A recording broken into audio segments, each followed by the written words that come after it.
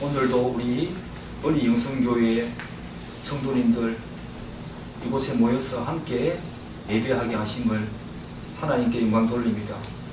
그리고 모든 조국교회에서 오늘 예배를 드릴 텐데 그곳에도 하나님의 임재하심과 영광과 하나님께 온전히 이름을 높이 올려드리는 귀한 예배 되기를 축복합니다.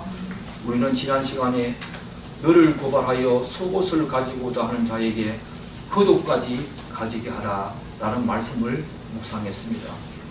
타인으로부터 개인적인 모독과 모욕, 멸시를 당했을 경우에 자신이 정당하게 요구할 수 있는 법적인 권리를 포기하라는 말씀이었습니다. 자신의 그 정당한 법적인 권리조차 내려놓아야 할 뿐만 아니라 한 걸음 더 나아가서 상대방이 요구하지 않아도 상대방의 의사에 자기 자신을 내어 맡기라는 말씀이었다고 지난주에 말씀을 선포했습니다. 여러분 지난주에 그렇게 사셨습니까? 정말 그렇게 살아내야 합니다.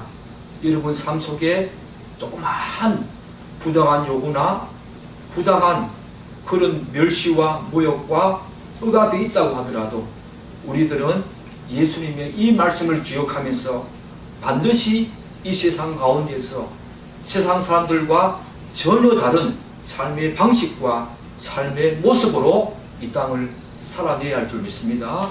오늘은 예수님께서 악한 자를 대적하지 말라로 제시하신 세 번째 실천적인 적용 사례를 살펴보도록 하겠습니다. 우리 마태복음 5장 41절을 한 번 더 읽어보도록 하겠습니다. 읽겠습니다. 또 누구든지 너로 억지로 오리를 가게 하거든 그 사람과 심리를 동행하고. 예수님의 이 말씀은 당시 로마의 지배를 받고 있던 그 이스라엘의 상황을 한번 생각해 보면 더 명확하고 더 선명하게 우리가 이해할 수 있는 내용입니다. 여기에서 억지로 가게 하다라는 말은 군대의 징벌을 의미하는 전문 용어입니다. 당시 로마는 식민지 국가의 백성들에게 어떤 장소에서 다른 장소로 짐을 운반하는 경우에 군인들을 징발하듯이 어떤 사람들을 징발했다고 합니다. 그래서 그 사람을 억지로 그 짐을 지게 해서 오리까지 가게 할 권리를 그들은 행사할 수 있다고 이야기를 합니다.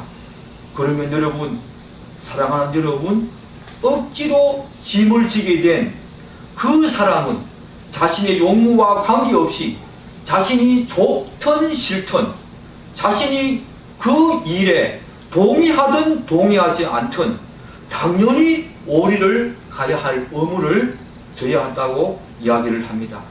우리가 잘 알고 있는 마가복음 15장 21절 예수님께서 십자가 길을 가시는 그 중에 너무 힘이 겨워서 십자가를 도저히 질 수 없는 그 상황에서 마침 알렉산더와 루프의 아버지인 구레네 사람 시몬이 시골로부터 와서 지나가는데 그들이 그를 억지로 같이 가게 하여 예수의 십자가를 지우고 라고 하는 말씀을 우리는 알고 있지요. 바로 이 경우입니다. 바로 로마의 군인들은 어떤 사람을 군인을 징발하듯이 징발했어. 그로 하여금 어떤 장소에서 다른 장소로 그렇게 오리까지는 그가 당연히 의무적으로 가야 할 그런 권리를 그들에게 부과할 수 있었고 그들은 좋든 싫든 강제적으로 가야 했지만 자기의 의사와 관계없이 거기에 동의하든 그렇지 않든 간에 오리까지는 당연히 가야 할 의무를 그들은 가지고 있었다고 합니다. 여러분, 사랑하는 여러분, 그렇게 본다면 앞에서 말씀드린 내 오른편 뺨을 치거든 왼편도 돌려대라. 그리고 지난주에 말씀드린 너를 고발하여 속옷을 가지고 자는 자에게 겉옷까지 가지게 하라 라는 이 말씀은 그리스도인의 권리와 관련된 말씀이고 오늘 너희로 억지로 오리를 가게 하거든 그 사랑과 심리를 동행하고, 나는 이 말씀은 그리스도의 의무와 관련된 말씀임을 우리가 알 수가 있지요. 사랑하는 여러분, 이러한 상황에서 억지로 짐을 지고 오리를 가야 하는 그 사람의 심정과 그 사람의 마음을 한번 생각해 봅시다. 자신의 의사와 관계없이, 그리고 강제적으로 그렇게 가야만 했기에 기쁨과 즐거운 마음으로 가기보다는 오히려 어떻겠습니까? 불평과 불만을 가지고, 혹은 흥분된 마음으로, 혹은 우라통을 터뜨리면서 그렇게 갔을 것으로 짐작이 되어지지 않습니까? 그런데 오늘 예수님께서는 누구든지 너로 하여금 억지로 오리를 가게 하거든 그 사람과 심리를 동행하라 라고 말씀을 하고 있습니다. 저는 예수님의 이 말씀을 묵상하면서 그 당시에 이 말씀을 듣고 있었던 제자들, 그리고 곧 그리스도인들을 향한 예수님의 이 말씀을 하신 의도가 무엇인가 한 두 가지 정도로 묵상을 해보았습니다. 첫 번째는 뭐냐면, 우리가 어떤 의무를 져야 할 경우에 주어진 분량보다 더 많이 감당하며 수고하라고 하는 예수님의 권면의 말씀인 것입니다. 대부분의 사람들의 심리는 여러분 그렇잖아요. 의무보다는 권리를 행사에 더 큰 관심과 적극성을 드러낼 것입니다. 그것이 일반적인 반응이겠지요. 의무보다는 권리를 더 소중히 여기고 그 권리 행사에 더 많은 관심과 그리고 적극성을 드러내는 것이 일반적인 반응일 것입니다.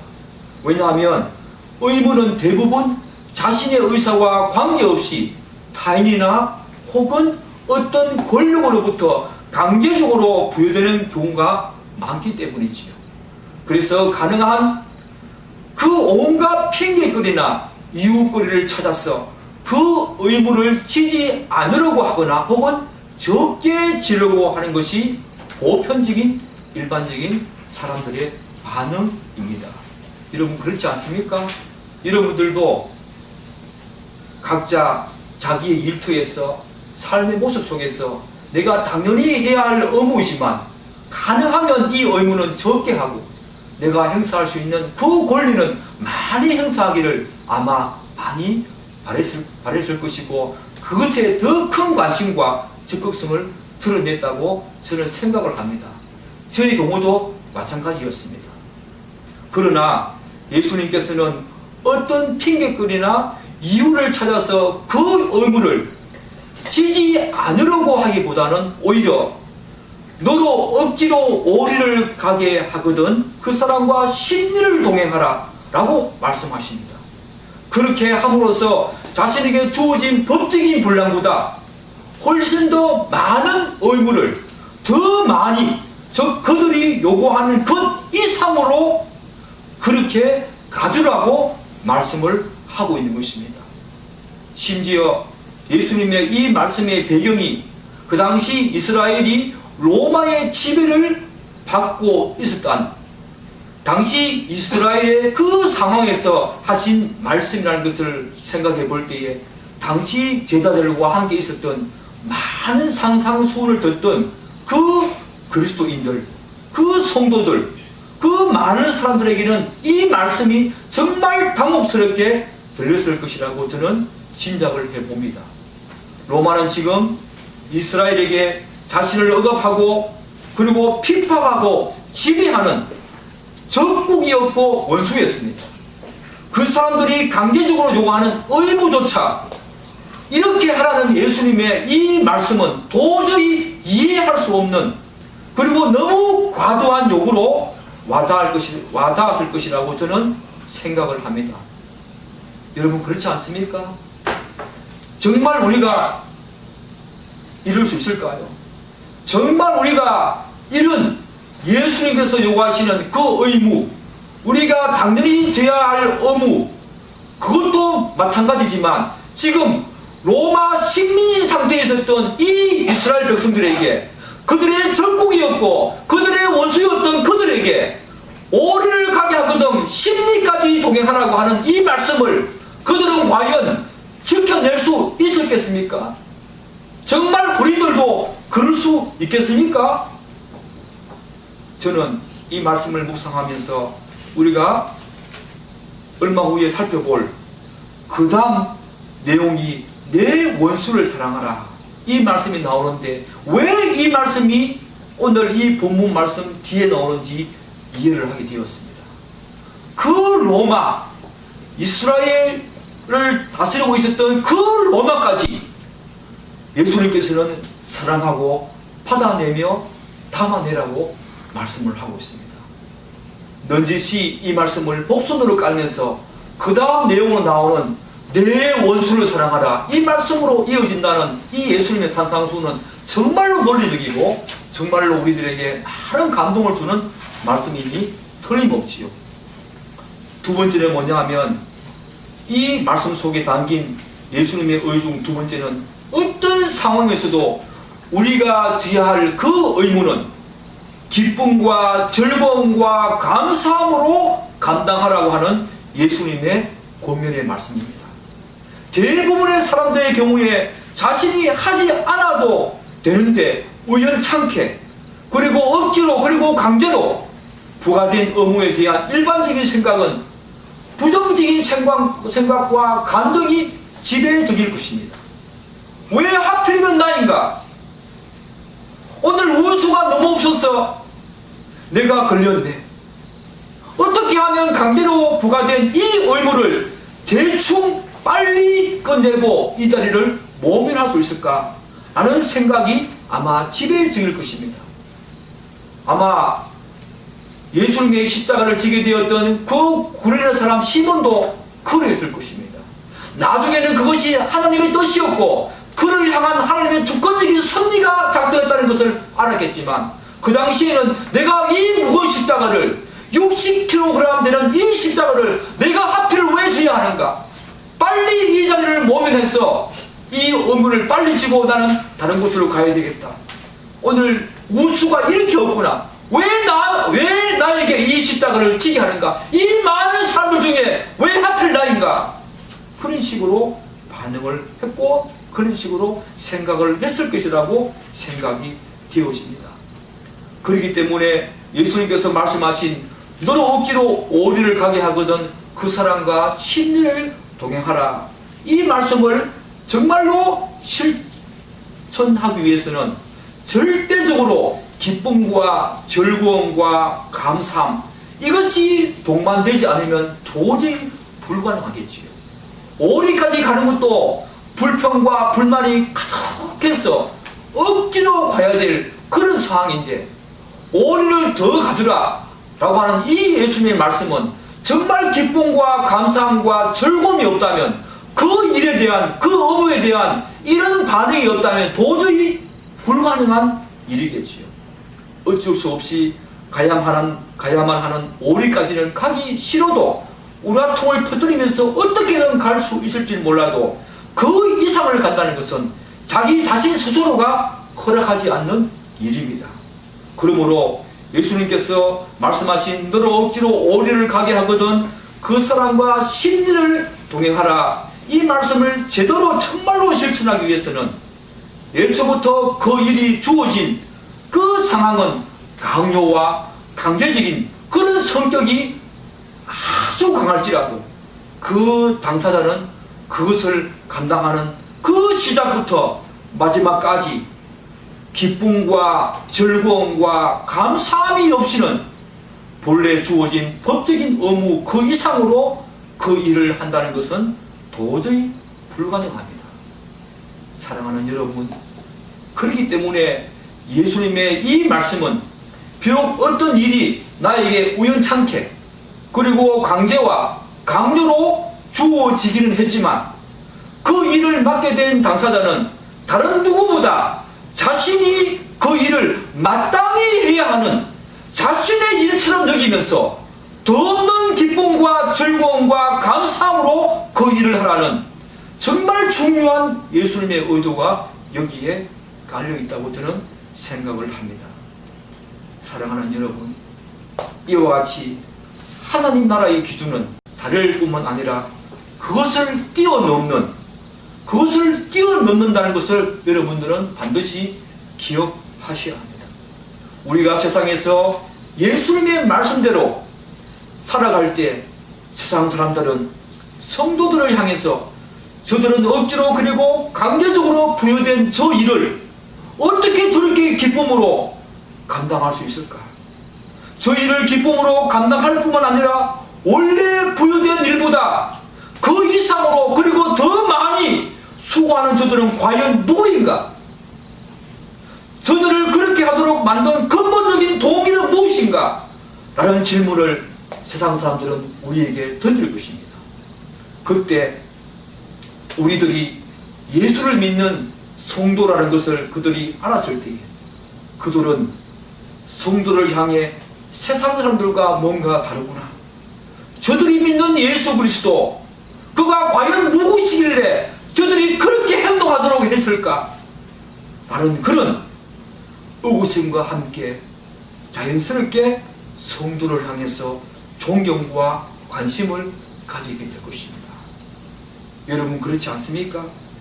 그 사람이 바로 우리 앞에서 살펴보았던 세상의 소금과 빛이 되는 사람이지요. 말로만 그런 것이 아닙니다. 우리 조국교회는 우리들은 지금까지 너무 말로만 세상의 소금이요 빛이요 그렇게 사람들하고 말을만 그렇게 외쳤습니다. 실제로 그렇게 살지 못했습니다. 여러분, 지금 우리 이 시대는 예수님께서 말씀하신 이 말씀을 당연히 지켜내야 하고 지켜내야만 합니다. 다시 세상의 소금과 빛으로 우리가 살아내야 할 의무가 있습니다. 제가 아는 어떤 선생님 한 분이 계십니다. 정말 그 학교에서 가장 소문난, 정말로 교장 선생님도 어찌할 수 없는 그런 아이였습니다. 특수반 아이였습니다. 교장 선생님도 때리고 선생님도 때리고 선생님이 나무라고 꾸지람 전혀 듣지 않았던 그런 아이였습니다. 이제 새학기가 되었습니다. 그 아이가 5학년으로 올라가는데 5학년으로 담임된 그 많은 선생님들이 서로 마음에 내가 혹시 그 아이를 맡을까봐 걱정을 했어요. 그런데 그 아이가 어느 여선생님에게 걸렸는데 이 여선생님이 우는 거예요. 하필 왜 이 아이가 나에게 걸렸을까? 하필 왜 이 아이가 이렇게 8반까지 7반까지 있는 선생님 중에 왜 하필 이 아이가 나한테 걸렸는가? 올 1년 동안 고생은 엄청 할 뿐만 아니라 얼마나 많은 고난과 어려움이 있을지 생각만 해도 그 선생님의 눈에는 눈물이 줄줄줄 흘러내렸던 거지요.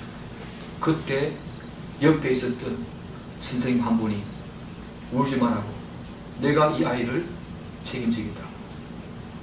내가 이 아이를 책임지겠다고.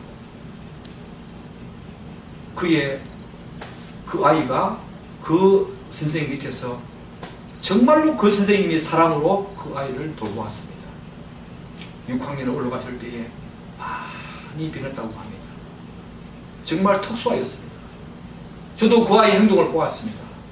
점심때 오면 항상 싸우고 많은 남자 선생님들이, 힘 있는 선생님들이 붙들어도 그 아이 힘이 얼마나 센지 남자 선생님도 처치할 수 없는 그런 아이였습니다. 그 선생님이 1년 동안 그 아이를 케어하는데 얼마나 열심히 케어했는지 두드려 맞기도 하고 아무리 부모에게 호소를 해도 안 됩니다.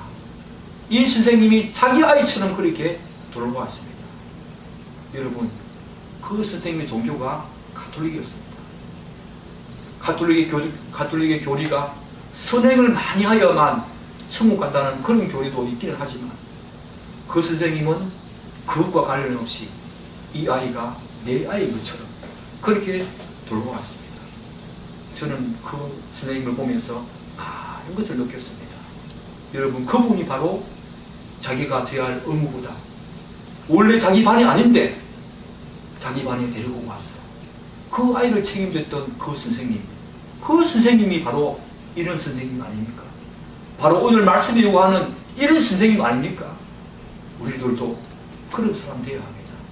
여러분이 앞으로 찾게 될 그 직장에서 누가 시켜도 하지 않은 그런 사람이 아니라 누가 시키지 않아도 찾아서 일을 하는 사람이 되어야 하고, 그리고 그 분량보다 더 많은 일을 감당하면서 그 이상의 기준으로 여러분들이 일을 하면서 많은 사람들에게 감동을 주고, 과연 저 사람이 그렇게 하는 이유가 뭔가? 알고 보니 성도였다, 알고 보니 예수 그리스도를 믿는 사람이었다 라고 하는 말을 우리가 들어야 하지 않겠습니까?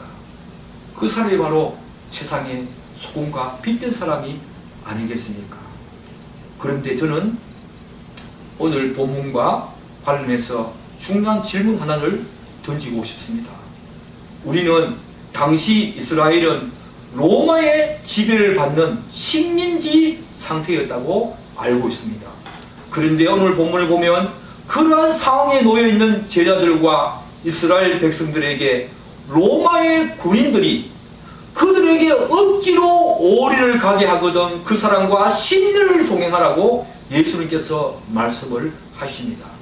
마치 로마의 이스라엘의 그 지배를 당연히 여기고 합법적인 것처럼 생각하는 듯한 느낌을 저는 받았습니다. 그래서 예수님께서는 이스라엘이 로마의 핍박과 억압과 억눌림에서 벗어나는 그 자유와 해방, 거기에는 별다른 관심이 없는 것처럼 보였습니다. 분명히 예수님께서도 동족인 그 이스라엘 백성들이 그 로마의 지배하에서 당하는 그 고통과 아픔을 다 보고 자랐을 것이고 다 알고 있었을 텐데 말입니다. 여러분, 예수님께서 십자가에 돌아가신 이유가 뭡니까? 그 당시 그들이 기다리는 메시아는 그런 메시아가 아니었습니다. 정말 정치적인 리더로서 지금 로마의 지배를 받고 있는 그 이스라엘을 정치적으로 군사적으로 막강한 권력을 가지고 이 땅에 오셔서 그 이스라엘을 해방시켜 주실 그런 리더를 기다리고 있었습니다. 그런데 오늘 메시아로 오신 예수님께서는 그런 것은 별로 관심이 없고 로마 식민지에 있던 그 이스라엘을 향하여서 이스라엘 군인들이 너희들을 군인 선발하듯이 군인을 징발하듯이 징발해서 의무적으로 강제로 오리를 가게 하거든 10리까지 가주라 라고 말씀하십니다. 이 말씀을 들을 때에 여러분 상당히 부정적인 그런 내용이 여러분 마음속에 들지 않습니까?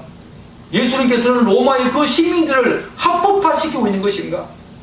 이 식민지 상태를 그분께서는 별다른 관심을 가지고 있지 않는가? 저는 이런 질문을 제 스스로 하게 되었고 여러분들에게도 질문을 던져봅니다. 여러분 어떻습니까? 여러분 어떻습니까? 베드로전서 2장 18절은 종들에게 베드로가 이렇게 말합니다. 사환들아 범사에 두려워함으로 주인들에게 순종하되 선하고 관용하는 자에게만 아니라 또한 까다로운 자들에게도 그리하라. 에베소서 6장 5절은 종들아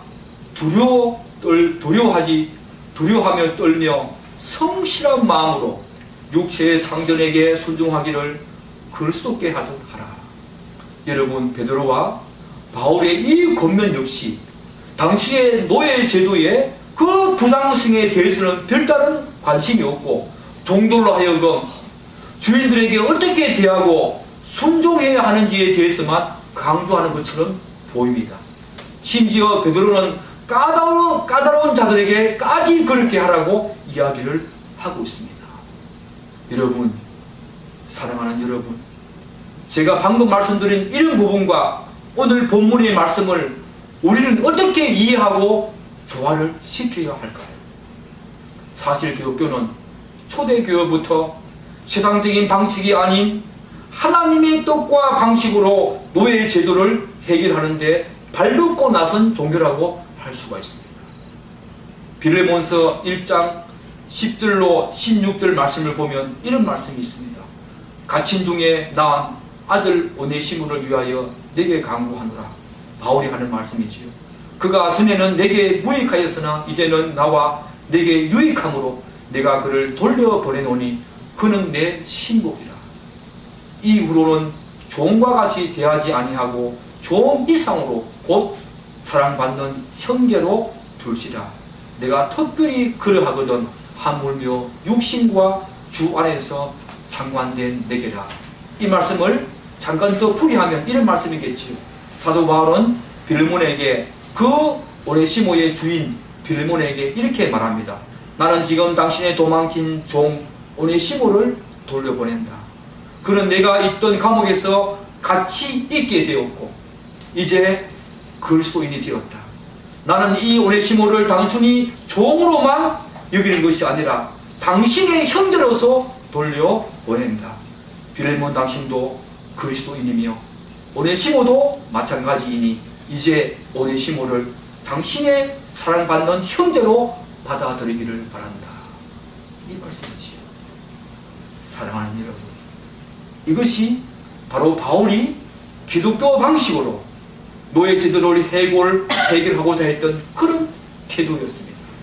당시 초대교회에는 상당수의 노예가 그리스도인으로서 교회 공동체를 구성하고 있었다고 이야기를 합니다. 그런데 바울은 노예 제도를 해결하기 위해서 폭동이나 폭력으로, 특히 노예들을 선동해서 그렇게 한 것이 아니라 오늘 본문에서 볼 수 있듯이 먼저 교회 구성원이 된 그 노예들이 예수님을 섬기듯이 진심과 충성으로 주인을 섬기라고 권면하고 있습니다. 그리고 한 걸음 더 나아가서 그들에게 복음을 전해주고, 그리고 그가 그렇게 하는 이유가 바로 예수 그리스도, 자신을 구원해주신, 죄에서 구원해주신 예수 그리스도, 그분 때문임을 전해주었어. 그 주인도 그리스도인이 되게 하여서 한 성령 안에서 하나가 되었어. 한 지체가 되는 그런 교회 공동체를 이루어내는 방식으로 노예 제도를 해결하고자 했던 것입니다. 여러분, 이제 왜 예수님께서 이 말씀 속에서 로마의 식민지 상태에 있었던 이스라엘에게 이 말씀을 하시는지 여러분 이해가 되십니까? 여러분 이해가 되십니까? 이런 측면에서 본다면 예수님 역시 이스라엘 백성들이 로마의 지배하에서 당하는 고통과 아픔을 다 알고 계셨지만 예수님께서는 이스라엘 백성들을 향해서 추구했던 가장 우선적이고 핵심적인 문제는 죄와 사망에서의 해방과 자유, 그리고 참된 진리 안에서 누리는 그 평안과 안식이었습니다. 우선 그들에게, 이스라엘 백성들에게 그런 것을 먼저 주고 싶었던 거지요. 하나님 나라의 도래를 통한 하나님의 다스림과 통치에 일차적인 관심을 그분은 갖고 계셨습니다. 그러므로 예수님께서는 이 로마의 이스라엘의 지배를 당연시 여기고 합법적인 것으로 여기신 것이 아니라 로마 사람들을 향한 참된 섬김과 참된 헌신, 그리고 참된 믿음과 신앙을 통해서 그들에게 감동을 주고 복음을 전하여 종국에는 그들이, 로마 사람들이 회개하고 하나님께 돌아오도록 하는 방식으로 결국 이스라엘이 로마로부터 해방되도록 하는 것, 그것이 바로 예수님의 방식이었습니다. 역설적인 예수님의 방식이지요. 그런데 여러분, 사랑하는 여러분, 어떻게 되었습니까? 로마가 종국에는 300년 후에 기독교가 국교가 되는 그런 엄청난 일이 벌어진 거지요. 무력이 아니었습니다. 노예들의 폭동이 아니었습니다. 폭력이 아니었습니다. 그들이 그 로마의 주인을 예수님 섬기듯이 헌신과 충성과 온유함으로 절제함으로 그들을 섬겼습니다. 그럴 때에 많은 로마의 주인들이, 그들이 과연 내가 이렇게 핍박하고 내가 이렇게 억압하고 내가 이렇게 억누림을 하는데도 불구하고 그들은 왜 나에게 이렇게 잘해주는가? 그들의 정체가 무엇인가? 그들은 과연 누구인가? 라는 질문을 던지면서 그들이 예수를 믿는 바로 성도들임을 알고 그들도 그들의 그 행동에 감동을 받고 그리스도인이 되어지면서 결국 로마가 국교가 되어지면 기독교가 국교가 되어진 예수님께서는 그런 방식으로 이 땅 가운데에서 노예 제도와 많은 일들을 해결하고자 했던 방식이지요. 여러분, 에베소서 2장 13절부터 15절은 이렇게 말하고 있습니다. 이제는 전에 멀리 있던 너희가 그리스도 예수 안에서 그리스도의 피로 가까워졌느니라. 그런 우리와 화평이신들아 둘로 하나됨을 만드사 원수된 것 곧 중간에 막힌 담을 자기 육체로 버시고 법조문으로 된 계명의 율법을 피하셨으니 이는 이 둘로 자기 안에서 한 세 사람을 지어 화평하게 하시고 이렇게 말씀을 하고 있습니다. 교회는 우리가 에베소서에서 보았듯이 하나님과 인간의 관계를 화평하게 할 뿐만 아니라 유대인과 이방인들 서로 원수였던, 그래서 그들을 막고 있던 율법과 할례를 그분이 예수님이 십자가에서 자기 육체를 하나님께 드림으로써 원수된 유대인들과 이방인들을 예수 안에서 한 세 사람, 한 세 존재로 지어냈다고 이야기를 하고 있습니다. 여러분, 교회는 사회적인 신분과 지위와 물질의 많고 적음, 남녀노소, 이념과 사상을 뛰어넘고 이와 관련된 모든 차별이 전혀 없는 곳이 바로 하나님의 공동체, 바로 교회입니다. 이 교회를 통해서 예수님은 로마와 이스라엘이 하나 되기를 바라셨죠. 여러분, 이 교회가 바로 오늘 우리가 구성하고 있는 이 교회입니다. 이 교회가 바로 그런 교회입니다.